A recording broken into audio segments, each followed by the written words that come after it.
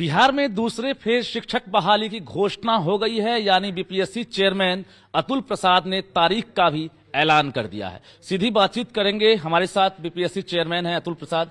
Sir, क्या लग रहा है कि एक जो आपने रिकॉर्ड बनाया है सबसे बड़ी बहाली का, अपना रिकॉर्ड एक बार फिर से तोड़ेंगे क्या? अभी ये तो नहीं कह सकते हैं कि हम तोड़ेंगे ही तोड़ेंगे, लेकिन जो जैसी संभावनाएं हैं उसके हिसाब से मैं बता दूं कि परीक्षा तो हम लोग संभावित तिथि है 7, 8, 9, 10 दिसंबर, और हम लोगों का बेशक प्रयास रहेगा कि इस बार हम लोग ज़्यादा तेजी से परीक्षा फल भी दें। क्या है शेड्यूल जो आपने तैयार किया है, क्या है? एक बार हम चाहें कि जो अभ्यर्थी हैं, दर्शक हैं, हम लोग इसमें निबंधन एवं भुगतान जो हम लोग कराएंगे, प्रारंभ करनी तिथि 5 से लेकर 14 तारीख तक वो निबंधन कर सकते हैं, और विलम्ब शुल्क के साथ वो 17 तारीख तक कर देंगे। आवेदन हम जमा करने के लिए 10 से 25 नवंबर है, ये अंतिम तिथि होगी।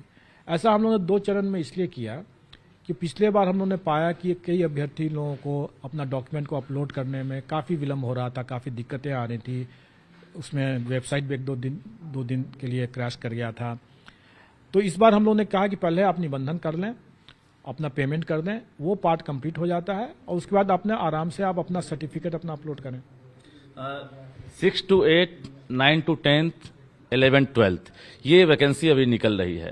तो क्या लग रहा है कि जो पिछले बार कंपटीशन था अभ्यर्थियों के बीच, इस बार प्रतियोगिता कैसे देख रहे हैं?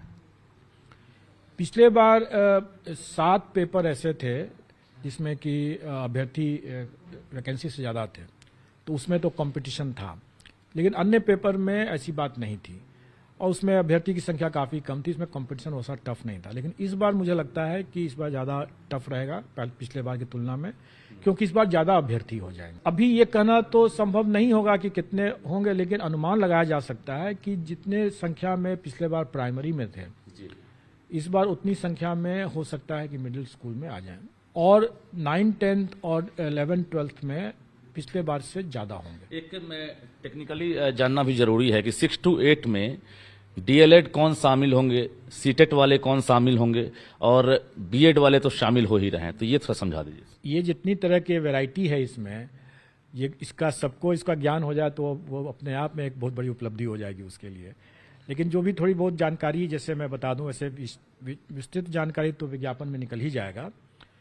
मिडिल स्कूल में जो कैंडिडेट होंगे मिडिल स्कूल के लिए, वो 2 तरह के कैंडिडेट हो सकते हैं। उसमें डिप्लोमा भी हो सकते हैं, उसमें बीएड भी हो सकते हैं, और उसमें मतलब डिप्लोमा इन एलिमेंट्री एजुकेशन प्रशिक्षण के लिए, और उसमें सीटेट पेपर 2 देना है। और फिर हाई स्कूल में तो फिर आप जानते ही हैं कि उसमें बीएड और ग्रेजुएशन होना है। तो ऐसी स्थिति में आप देखें कि मिडिल स्कूल में चूँकि डिप्लोमा इन एलिमेंट्री एजुकेशन के भी अभ्यर्थी होंगे और बीएड वाले भी हो सकते हैं। इसमें ऐसा कोई बंधन नहीं है कि बीएड वाले नहीं हो सकते हैं, इसमें दोनों हो सकते हैं। तो स्वाभाविक है कि इसमें आपका ज़्यादा कैंडिडेट्स आ जाएंगे, इसमें ज़्यादा आ जाएंगे। एक मैं जानकारी ये भी जरूरी है कि अभी सीएम नीतीश कुमार ने घोषणा भी किया था गांधी मैदान से, चूंकि सबसे बड़ी बहाली सभी कह भी रहे हैं, और वास्तव में सभी ने देखा भी नहीं है इतनी बड़ी बहाली। 69,000 के आसपास वैकेंसी आई है अभी, तो 1,20,000 क्या लग रहा है वो कब पूरा करेंगे? देखिए, जो TRE 1 में जो मैंने बताया है कि अभ्यर्थियों की संख्या कई विषयों में, अधिकांश विषयों में अभ्यर्थियों की संख्या रिक्ति से काफ़ी कम थी, तो उसकी वैकेंसी तो रही जाएगी, वो तो किसी भी तरह से भर नहीं सकते हम। उसकी वैकेंसी लगभग 50,000 है। वो वैकेंसी अगर सरकार उसको TRE 2 में पास ऑन करती है तो इसी परीक्षा में वो भी वैकेंसी जुड़ जाएगा। लेकिन उसमें सर 1 to 5 में डीएलएड वाले भी होंगे, उसमें 1 to 5 की वैकेंसी नहीं आएगी, क्योंकि आपने देखा होगा कि 1 to 5 में काफ़ी टफ कंपटीशन था TRE 1 में। अच्छा। और उसमें जो भी वैकेंसी होगी वो बहुत ही सीमित, और वो दिव्यांगजन वाला होगा या कुछ रिजर्व कैटेगरी वाले होगा, बहुत सीमित वैकेंसी होगी। बाकी सारी वैकेंसी तो TRE 1 में भरी गया है। उसमें दिल से आप चाहते भी हो कि 1 to 5 का भी वैकेंसी दे, उनके साथ हम क्यों सौतेला व्यवहार करें, लेकिन ऐसा हुआ नहीं। जो आपको मिला है उसी के आधार पर आप कर रहे हैं। लेकिन ऐसा लग रहा है कि अब जो सप्लीमेंट्री की चर्चा हो रही है, तो ऐसा लग रहा है कि अब सप्लीमेंट्री रिजल्ट भी आप लोग देंगे। देखिए, सप्लीमेंट्री और मेन TRE 2 दोनों अलग अलग है। TRE 1 में हम लोगों ने करीब 1,20,000 के आसपास रिजल्ट्स भेजा शिक्षा विभाग को। अब ये तो मेरी मैक्सिमम क्षमता हुई कि 1,20,000 ही हम दे सकते थे, बाकी अवेलेबल नहीं हुए कैंडिडेट्स, या मतलब क्वालिफाई नहीं कर सके, परीक्षा में ही क्वालिफाई नहीं कर सके। तो 1,20,000 से तो ज़्यादा जा ही नहीं सकते हैं। अब डॉक्यूमेंट वेरिफिकेशन में कुछ लोग वहाँ पर ड्रॉप आउट हो जाएंगे, एब्सेंट हो जाएंगे, कुछ लोग डिस्क्वालीफाई हो जाएंगे। उसके अलावा जो मल्टीपल रिजल्ट्स वाले लोग होंगे वो एक को पकड़ेंगे, एक का नौकरी करेंगे, दूसरा छोड़ेंगे, उसके भी कुछ वैकेंसी होगी। ये वैकेंसी हम लोग जो TRE 1 के जो वेटिंग लिस्ट कर सकते हैं या पूरक सप्लीमेंट्री रिजल्ट कहेंगे उसको, उस सप्लीमेंट्री रिजल्ट से हम भरेंगे। और जब इसको भर लेंगे, इसके बाद भी अगर कोई बच जाएगा जिसको हम सप्लीमेंट्री रिजल्ट से नहीं भर पाएंगे, मान लीजिए कैंडिडेट ही नहीं मिल रहा है, तो वैसी हालत में वो फिर TRE 2 में पास ऑन होगा। का इशारा काफी बेहतर बता रहा है कि सप्लीमेंट्री रिजल्ट आप बड़ी संख्या में दे रहे हैं। अभी हमारे पास आंकड़े तो नहीं आए हैं, लेकिन जो अमूमन मुझे लगता है जैसे कि 2-3 हज़ार करीब होंगे जो मल्टीपल रिजल्ट्स वाले हैं, एक कैटेगरी। हाँ। तो मल्टीपल रिजल्ट्स के कारण से जो ड्रॉप आउट्स हुए उसके करीब 2 से 3 हज़ार होंगे, और उतना ही समझ लें आप जो डॉक्यूमेंट वेरिफिकेशन में कितने लोग छांटे हैं उसका 6 लगभग उसके आसपास में रहेगा, अनुमान है। 1 to 5 में ऐसा नहीं लग रहा है। 1 to 5 में भी हो सकता है, क्योंकि ड्रॉप आउट्स तो चूंकि अगर मान लें किसी को प्राइमरी में हो गया, हाई स्कूल में भी होगा, तो हाई स्कूल में चला गया, प्राइमरी छोड़ दिया, ड्रॉप आउट्स तो किसी में भी हो सकता है। दीपावली से पहले ये तोहफा देंगे या शिक्षा विभाग की रिक्तियां लग रहा है कि छठ के बाद आएगी, तब आप सप्लीमेंट्री रिजल्ट देंगे? देखिए, हम लोगों ने बेसिकली यूटिलिटेरियन थ्योरी को अपनाया है, अधिक से अधिक लोगों को अधिक से अधिक लाभ। इसमें 1,70,000 की वैकेंसी थी, 1,20,000 अनुरोध दिया, इतनी बड़ी संख्या में हम लोग अभ्यर्थियों को लाभ दिए, उनका परीक्षा फल दिया, इसलिए हमारी ये टॉप प्रायोरिटी थी। लेकिन लोगों को ये नहीं भूलना चाहिए कि यह आयोग सिर्फ शिक्षक बहाली के लिए ही नहीं है, ये आयोग कई अन्य बहालियां भी करती हैं और उसके कई परीक्षाएं हो चुकी हैं जिसका परीक्षा फल अभी रुका हुआ है, क्योंकि हमारी भी क्षमता सीमित है, असीमित क्षमता तो किसी की नहीं है। तो अब हम लोग पहला प्रायोरिटी हम लोग करेंगे जो हमारे महत्वपूर्ण परीक्षाएं जो कि लंबे समय से लंबित चला आ रहा है, पहले उसको दूर करें। सप्लीमेंट्री रिजल्ट उसके बाद होगा। वैसे भी अभी हमें कभी सप्लीमेंट्री के आंकड़े नहीं आए हैं, कितनी वैकेंसी क्रिएट हुई, वो हमें जब आंकड़े आ जाएंगे उसके बाद हम बनाएंगे। लेकिन आपने भी अंदाजा लगा लिया होगा, क्योंकि आपके पास भी लगातार रिपोर्ट मिल रही है और आपकी नज़र भी जो है रहती है इन चीज़ों पर। कंप्यूटर साइंस की बहुत ज़्यादा शिकायतें हैं, तो उसमें लग रहा है कि ज़्यादा संभावना है वैकेंसी बनने की। कंप्यूटर साइंस की जो शिकायतें हैं वो अमूमन इस बात को लेकर के है कि STET जो लोग बाहर के लोग हैं वो आ गए, जबकि इस विषय पर मैंने पहले भी स्पष्ट किया कि STET में जो शर्त रखा गया था वो शिक्षा विभाग का था, वो आयोग का नहीं है, और उसको आयोग की परीक्षा से कोई लेना देना नहीं है। अगर किसी अभ्यर्थी के पास में एक STET का प्रमाण पत्र है तो वो जायज़ तरीके से हासिल किया गया है या नाजायज़ तरीके से हासिल किया गया, इसको हमको नहीं देखना है। हमें तो खैर वैसे भी नहीं देखना है, क्योंकि DV तो अभी शिक्षा विभाग ही कर रही है, तो इसलिए उनके स्तर पर देखना है। एक जरूर मैं बैकग्राउंड बता दूं कि उस STET 2019 में यह शर्त था कि बिहार का निवासी होना चाहिए, उसमें यह शर्त नहीं था कि बिहार का स्थायी निवासी होना चाहिए। बिल्कुल। ये बताइए सर कि पिछली परीक्षा में जितनी बड़ी चुनौतियां आपके सर पर थी, आपने सब कुछ फेस किया, रिजल्ट भी दिया, क्या लग रहा है कि इस बार बहुत कुछ सबक भी मिला होगा और बहुत कुछ नया करने की योजना होगी अब? नहीं, कई चीज़ों को हम लोगों ने देखा, कई चीज़ों को हम लोग चूंकि पहली बार कर रहे थे, जैसे हम लोगों ने इतने वैरायटी ऑफ मतलब परीक्षा फल जो था, रिजल्ट्स थे, 43 पेपर्स थे टोटल, और फिर उसके बाद जैसे डिस्ट्रिक्ट का भी देना था, तो नेचुरली उसको बिना सॉफ्टवेयर यूज़ किए किया जा सकता। सॉफ्टवेयर हम लोग पहली बार बना रहे थे, हम लोग उसको उसमें भी हम लोग स्ट्रगल कर रहे थे, वो भी एक चुनौती थी हम लोगों के लिए कि सॉफ्टवेयर को ठीक करना, मैनुअली उसको क्रॉस वेरीफाई करना। तो स्वाभाविक है कि काफ़ी ज़्यादा वर्कलोड था और काफ़ी मेहनत पड़ा इसमें लोगों को। इसके कारण से दूसरे परीक्षा फल भी प्रभावित हुए। अब उसके अनुभव से हम लोगों ने ये समझ लिया कि जैसे हमारा सॉफ्टवेयर काफ़ी हद तक ठीक हो गया है, हमें भी पता चल गया है कि कहाँ कहाँ पर अभ्यर्थी किस तरह से गलती करते हैं, तो हम अपने जो जैसे मैंने बताया कि रोल नंबर की गलती, सब्जेक्ट कॉम्बिनेशन की गलती, सीरीज़ की गलती, तो इसकी गुंजाइश ही नहीं रहे, वहाँ पर गुंजाइश ही नहीं रहे, उसका हम लोगों ने कुछ प्रावधान किया है ताकि हम जब रिजल्ट बनाने लगे तो हमें इस तरह के रुकावट ना आए कि अब हम उसका बैठे हैं कि पहले रोल नंबर चेक करें, कि क्रॉस वेरीफाई करें, सीरीज क्रॉस वेरीफाई करें। ये ऐसा करने से हमें समय काफ़ी लग जाता है। पार्शियली की गुंजाइश नहीं है, इस बार रिजेक्ट करेंगे सीधा आप? हम लोग कुछ गुंजाइश ये कर रहे हैं कि अभ्यर्थी को उसको भरने की जरूरत ही ना पड़े, मतलब कि उसको सब्जेक्ट कॉम्बिनेशन भरने की जरूरत ही ना पड़े, उसको सीरीज भरने की जरूरत ही ना पड़े। अच्छा, जो उसने आवेदन में जो दे रखा है सब्जेक्ट कॉम्बिनेशन, वही ऑटोमेटिकली उसको सिस्टम वही लेगा, तो उसको भरना ही नहीं है वहाँ पर। और उसने क्या भरा है अपना आवेदन में, वो उसके एडमिट कार्ड में प्रिंट हो जाएगा। अपीयरिंग कैंडिडेट इस बार शामिल होंगे कि नहीं, या वो कोई मौका नहीं मिल रहा? अपीयरिंग कैंडिडेट वाले भी एक हम लोगों को एक अच्छा सबक मिला, क्योंकि अपीयरिंग कैंडिडेट के साथ एक कठिनाई ये है कि अगर वो अपीयरिंग को हम अलाउ करते हैं तो उसका रिजल्ट और उसका सर्टिफिकेट आने के लिए हमको प्रतीक्षा करना पड़ता है। और अगर हम उसकी प्रतीक्षा करते हैं, जैसा इस बार हम लोगों ने देखा कि सीटेट के बड़ी संख्या में लोग फेल कर गए, स्वाभाविक है कि ऐसे अभ्यर्थी लोगों ने अपना सर्टिफिकेट जमा नहीं किया। अब उन्होंने जब सर्टिफिकेट ही जमा नहीं किया तो हम कब तक प्रतीक्षा करें उनके लिए? तो नेचुरली उनको हमको मेरिट लिस्ट हम लोग बनाएंगे ही बनाएंगे और डीवी में हम लोग भेजेंगे और डीवी में वो छटेंगे। इस बार भी वेरिफिकेशन आप करा रहे हैं क्या? नहीं, इस बार हम लोग वेरिफिकेशन नहीं कराएंगे, क्योंकि हम लोगों ने पाया कि जो बिना प्रशासनिक विभाग के पदाधिकारी जो जानकार हैं और उनके जो टर्म्स एंड कंडीशंस है विभिन्न परीक्षाओं के, जैसे आपने देखा कि STT का 2019, फिर 2023 भी आ गया, इसमें जो पहले के भी हैं, दक्षता परीक्षा है, सीटेट है, बीटेट है, STET है, कई तरह के उनके हैं और अलग अलग समय में अलग अलग कंडीशंस लगाया गया, कभी डोमिसाइल लगाया गया, कभी नहीं लगाया गया। तो वैसी स्थिति में इसकी तो सभी चीज़ की जानकारी शिक्षा विभाग को ही है, तो बिना शिक्षा विभाग के डीवी में इस बार संभव नहीं। परीक्षा से पहले, परीक्षा के बाद, रिजल्ट से पहले, रिजल्ट के बाद बीपीएससी कोई वेरिफिकेशन नहीं करने वाला, रिजल्ट देगा बस? देखिए, हम लोग इस बार भी हम लोगों ने जो डीवी कराया, हमने पहले भी कहा कि उसकी एक्यूरेसी 100% नहीं थी, क्योंकि ये डिसेंट्रलाइज तरीके से हुआ था जी।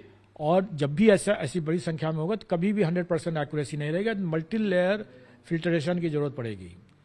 और इस बार भी वैसा ही होगा। हम लोग अपने स्तर से मेधा क्रम के हिसाब से कंडीशनल रिजल्ट देंगे और उसके बाद नेक्स्ट स्टेप में जो फिल्ट्रेशन होगा वो फिल्ट्रेशन होगा शिक्षा विभाग के द्वारा डीवी में। बिल्कुल, सभी प्रकार की तैयारियां हैं और निश्चित रूप से आप लगातार प्रयास में हैं भी, आपने बेहतर परिणाम दिया भी है। हालांकि वेरिफिकेशन को लेकर आपने जो डाउट है उसको भी क्लियर किया है। जो अभ्यर्थी समझ रहे थे कि आयोग की तरफ से ऐसा हुआ है, तो आपने पार्ट टू पार्ट बताया है। एक चीज मुझे जानना जरूरी है कि अभी जो सोशल साइंस का जो रिजल्ट आया है, खासकर उसमें सामाजिक विज्ञान में देखा गया है कि बहुत टफ रिजल्ट रहा है, और जो सप्लीमेंट्री रिजल्ट आ रहा है, क्या सोशल साइंस की संभावना है? देखिए, जो मैंने बताया कि 7 विषय ऐसे थे जिसमें कि अभ्यर्थियों की संख्या ज़्यादा थी और कंपटीशन भी वहीं था, उसमें सोशल साइंस भी था, कंप्यूटर साइंस भी था। और स्वाभाविक है कि ऐसे ही विषयों में कैंडिडेट्स जो असफल हुए हैं वो इन वेटिंग है, उनको उम्मीद है कि अगर सप्लीमेंट्री रिजल्ट आएगा तो उनका चयन हो जाएगा। बाकी विषय में तो चूंकि कैंडिडेट्स ही कम थे तो कोई बचे हैं ही नहीं। कितना कट ऑफ डाउन कर सकते हैं आप? कुछ ऐसा लग रहा है कट ऑफ डाउन करेंगे, या क्वालिफाइंग मार्क्स पार करने वाले जो हैं वो सफल हो जाएंगे? अब लग रहा है अभी जो रिजल्ट दें सप्लीमेंट्री। देखिए, चूंकि ये इसमें सोशल साइंस में या कंप्यूटर साइंस में कंपटीशन टफ था, इसलिए इसमें क्वालिफाइंग कट ऑफ से ऊपर ही रहेगा, कभी भी क्वालिफाइंग कट ऑफ तक नहीं जाएगा। जो क्वालिफाइंग मार्क्स लाकर मेरिट में नहीं आ सके वो इंतजार करें कि हाँ वो नहीं, हो सकता? वो बिल्कुल वैसे इंतजार करना बेकार होगा। जो अभी कट ऑफ है, जो भी कट ऑफ नंबर है उसमें कैटेगरी वाइज आप देखे होंगे कि उसमें टाई ब्रेकर भी लगा होगा, उसका डेट ऑफ बर्थ भी उसमें दिया गया हो, तो मतलब है कि उसी नंबर पर एक से अधिक लोग हैं और उसमें से कुछ का हुआ है और कुछ का टाई ब्रेकर के कारण से वो नहीं हुआ है। अब कितनी वैकेंसी डीवी के बाद आती है, कितने ड्रॉप आउट्स होते हैं, कितने डिस्क्वालीफाई होते हैं, उसके हिसाब से कितनी वैकेंसी उसमें आएगा, उसके हिसाब से मुझे नहीं लगता है कि 1 नंबर से 2 नंबर से अधिक नीचे जाएगा। अच्छा, मतलब किसी विषय में चांस है कि नहीं कट ऑफ आपका डाउन करने का? जो आपका प्रॉपर कट ऑफ है, जो आपने सोचा है, उसको आप ले जाएंगे? नहीं, वही मैं बता रहा हूं कि अगर वैकेंसी मतलब ज्यादा ड्रॉप आउट्स या डिस्क्वालीफाई ज्यादा संख्या में अगर होता है तब वो नंबर नीचे गिरेगा। नहीं तो हो सकता है कि जो कट ऑफ है उसी का कट ऑफ पर टाई ब्रेकर के कारण से कुछ लोग इन वेटिंग ऑलरेडी होंगे, उसमें 300-400 लोग हो सकता है कि ऑलरेडी वेट कर रहा हो उसी नंबर पर, तो उसी नंबर पर रह जाएगा। अब सब कुछ साफ हो गया और गांधी मैदान में इतने बड़े समारोह भी हो गए। हालांकि अतुल प्रसाद वहां गए कि नहीं, गवाह बने कि नहीं, ये हम लोगों ने नहीं देखा उस दिन गांधी मैदान में, लेकिन पूरा बिहार और देश गवाह बना गांधी मैदान के समारोह का। अंदर से अब गर्व की अनुभूति हो रही है कि एक जो हर्डल्स बहुत बीच बीच में आया उसको हमने पार कर लिया। अब नया इतिहास लिखेंगे, यानी छोड़ो कल की बातें, कल की बात पुरानी, नए दौर में नए लिखेंगे मिलकर नई कहानी। ऐसा लग रहा है क्या? देखिए, आयोग एक स्वतंत्र संवैधानिक संस्था है। आयोग किसी राज्य सरकार, जैसे मैंने बताया भी था कि राज्य सरकार किसी विभाग के अधीन नहीं है, और वो सरकारी कार्यक्रम था। सरकारी कार्यक्रम में हमें निष्पक्ष रहने की आवश्यकता है। अभ्यर्थी की निगाहें आपको तलाश कर रही थी गांधी मैदान से। हमें निष्पक्ष रहना है। हम सरकार से स्वतंत्र हैं, उनके अधीन नहीं हैं। और सरकार, मैंने पहले ही बताया था कि सरकार भी इस बात को बखूबी समझती है और हम भी अपने सीमाओं को समझते हैं, और इसीलिए हमारा न ही वहाँ पर जाने की कोई आवश्यकता थी और न ही हमें कोई आमंत्रित किसी को करने की भी आवश्यकता थी। हम एक स्वतंत्र इकाई हैं और हमने अपना काम किया। और ये बात सही है कि जो कल की बातें पुराने आगे की बात करने की जो बात आप कर रहे हैं, एक्चुअली मुझे कल किसी ने, मुझे बड़े लोगों ने ही, मतलब नज़ीर वर्ड से मुझे कहा कि आपने एक नज़ीर बनाया। तो मैंने सोचा कि मैं भी देख लूँ, मेरा भी उतना ज्ञान पूरा नहीं है, तो नज़ीर शब्द का मैंने अर्थ ढूंढा कि क्या अर्थ, एक्चुअल अर्थ क्या होता है। तो मैंने पाया कि ये आप भविष्य के लिए आपने एक एग्जाम्पल सेट कर दिया। नज़ीर का मतलब वो होता है। तो मैं समझता हूँ कि जो ये बातें जिन्होंने कहा, मुझे जो बधाई दिया, और कोई अच्छे ही जगह से आप समझ सकते हैं कि कहाँ से बधाई मुझे मिला होगा ये, तो वही मेरे लिए गौरव की बात है। और मैं, इतने घरों में रोजगार मिला, इतने अभ्यर्थी जो है आज, मैं जो ब्रेन ड्रेन समस्या थी बिहार की, जो पलायन लगातार जारी था, लग रहा है कि एक वो जो रफ्तार है उसमें भी कमी आएगी। आरोप प्रत्यारोप तो लगते रहेंगे सरकार पर, आयोग पर, विभाग पर, लेकिन लग रहा है कि अब जो है रफ्तार में कमी आएगी, ब्रेन ड्रेन। देखिए, ये एक विशेष सर्किल है। शिक्षा की गुणवत्ता का जो मामला है वो एक विशेष सर्किल है। विशेष सर्किल का मतलब यह है कि चूंकि शिक्षक अच्छे नहीं हैं, इसलिए छात्र भी अच्छे नहीं होंगे। चूंकि छात्र अच्छे नहीं होंगे तो अभ्यर्थी अच्छा कहां से होगा, अभ्यर्थी अच्छे नहीं होंगे तो फिर शिक्षक कहां से अच्छा होगा। एक चीज आपने याद दिलाया है, पिछले बार भी आपसे बातचीत हुई थी, आपने कहा था कि हम लाए हैं तूफान से कश्ती निकाल के, इस देश को रखना मेरे शिक्षक अभ्यर्थियों संभाल के। तो ये आपने कहा था। हम चाहते हैं कि इसी बात से जो है एक दूसरे फेज की बहाली को आप आगाज करें कि कुछ ऐसे शेर के साथ, ताकि जो हौसला है अभ्यर्थियों का वो परवान पर हो और लगे कि हाँ, हम भी बहाल हो रहे हैं। देखिए, अभी भी कई जगहों पर तूफान तो अभी भी चल ही रहा है। क्या बात। और अभी भी हम तूफान से झेल ही रहे हैं। लेकिन मुझे और मैं समझता हूं कि जो आप लोगों ने भी कल जो उस दिन 2 तारीख के कार्यक्रम में आपने जो सफल अभ्यर्थी जो को आपने देखा होगा, कई लोगों ने मुझे कहा कि उनके जो बॉडी लैंग्वेज थे, उनका जो भरोसा, उनका जो कॉन्फिडेंस था, वो देखने लायक था। और उनसे बातचीत करके भी आप लोगों को लगा होगा कि ऐसे शिक्षक अगर अब आएंगे तो निश्चित तौर पर यहाँ बिहार की शिक्षा व्यवस्था, उसमें गुणवत्ता में निश्चित तौर पर निखार होगा। तो मैं समझता हूँ कि इसी विश्वास और इसी कामना के साथ मैं चाहूँगा कि मैं अपना 100% दूँ, और मैं चाहूँगा कि अभ्यर्थी भी अपना 100% दें। कोई सॉल्वर गैंग या कोई कदाचार करने का प्रयास न करें, ईमानदारी से दें। मैं भी अपना काम ईमानदारी से कर रहा हूँ, आपसे भी उम्मीद करता हूँ कि ईमानदारी से दें। बिल्कुल, बहुत बहुत धन्यवाद। हमारे साथ बीपीएससी चेयरमैन अतुल प्रसाद थे और तमाम पहलुओं पर इन्होंने बारीकी से जानकारी दी है, और एक तरह से जो इतिहास बीपीएससी ने बनाया है, उम्मीद करते हैं जब दूसरे फेज की जो बहाली हो रही है, इसमें बेबाकी से बीपीएससी जो है फिर से एक नया इतिहास बनाए। आरोप प्रत्यारोप तो लगते रहते हैं, लेकिन पहले से सबक लेकर जो है अतुल प्रसाद ने बताया है कि बहुत कुछ सीखा हूं और आगे जो है बहुत कुछ बदलाव भी होगा और निश्चित रूप से बेहतर रिजल्ट देने की कोशिश करूंगा। कैमरामैन धर्मवीर के साथ रजनीश कुमार, न्यूज 18 पटना।